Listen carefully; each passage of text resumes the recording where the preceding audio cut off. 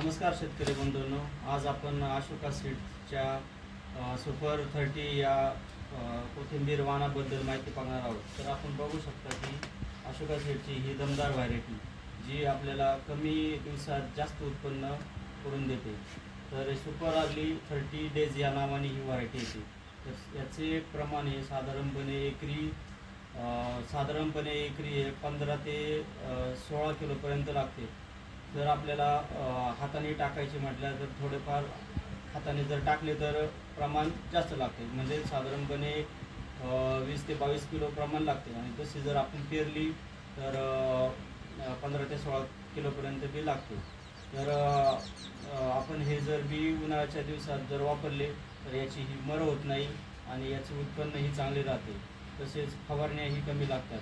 साधारणपणे आपण 1 ते 2 फवारण्यांमध्ये हा दाणा काढू शकतो आणि याचे उत्पादनही चांगले मिळते. तर हा 30 दिवसात येणारा वाण आहे आणि 30 दिवसात मार्केटमध्ये जास्त प्रमाणात चालणारा वाण आहे. तर ह्या दाण्याची खासियत अशी की आपण हा दाणा टाकल्यानंतर 30 दिवसात आपल्याला काढण्यास येतो. तर हा दाणा 30 दिवसात काढण्यास येतो, याची मर होत नाही.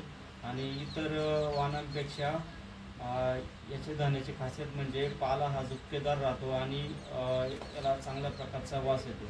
जर आपण कोणाला सुपर अर्ली 30 डेजचा हा दाणा जर पाहिजे असेल तर मला तुम्ही संपर्क करू शकता.